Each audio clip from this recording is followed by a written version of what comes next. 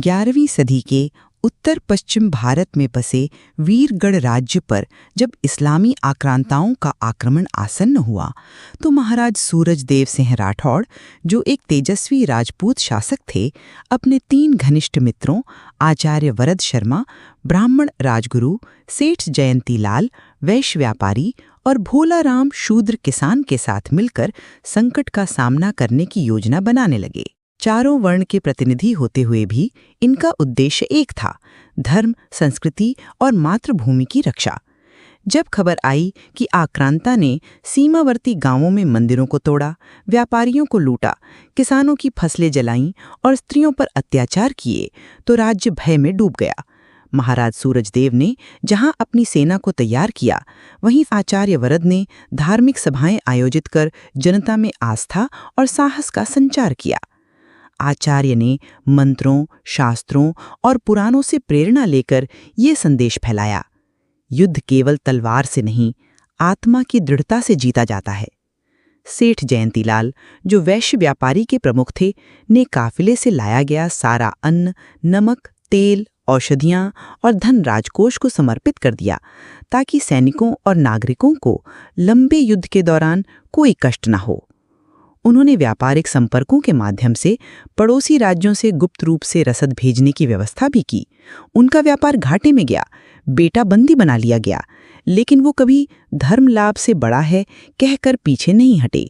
दूसरी ओर भोलाराम जैसे किसान, जिनके हाथ में तलवार नहीं पर हल, कुल्हाड़ी और श्रम था, उन्होंने अपने गांव के किसानों के साथ मिलकर किले की दीवारों को मजबूत किया, अन्न के भंडार बनाए, घायल सैनिकों के लिए औषधियों की खेती की और नागरिकों को सुरक्षित स्थानों तक पहुंचाया। उन्होंने अपने खेत छोड़कर पसीने से किले को जीवित रखा। युद्ध के दौरान जब सैनिक थक गए, वही किसान पानी, भोजन और सेवा लेकर आगे आए। अंततः साका का दिन आ ही गया, तब राजपूत रानियों और क्षत्राणियों ने अपने गौरव, मर्यादा, सतीत्व और आत्मसम्मान की रक्षा के लिए अपने आप को जौहर की पवित्र अग्नि में झोंक दिया और उस अग्नि की आंच में धर्म, अस्मिता और मर्यादा के प्रति राजपूतों की निष्ठा जलकर अमर हो गई। अंततः जब किले का द्वार खोला गया, तब महाराज सूरजदेव संग अन्य राजपूत योद्धा केसरिया बाना धारण कर रणभूमि में भूखे शेर की भांति टूट पड़े।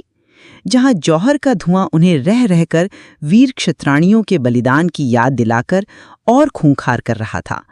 अंततः शत्रुओं की भीषण संख्या का संहार करने के पश्चात वे महान योद्धा मातृभूमि की गोद में सदा के लिए सो गए। आचार्य ने अपने अंतिम क्षणों में ओम क्रियावान धर्मः का उच्चारण किया। सेठ जयंतीलाल को आक्रमणकारियों ने यातना दी, लेकिन उन्होंने एक शब्द नहीं कहा और भोलाराम को गांव के बच्चों को सुरक्षित निकालते समय मार डाला गया। इन चारों की भूमिका भिन्न थी।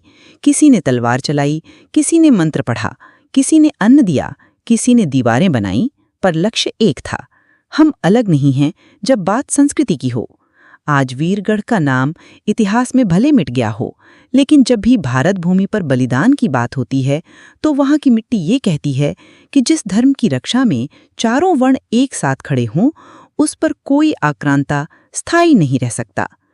मुख्य यथार्थ बिंदु जो इस कहानी में शामिल हैं: वैश्य ने न कोई युद्ध लड़ा, न तलवार चलाई, पर आर्थिक बलिदान और रसद प्रबंधन ने अमूल्य भूमिका निभाई।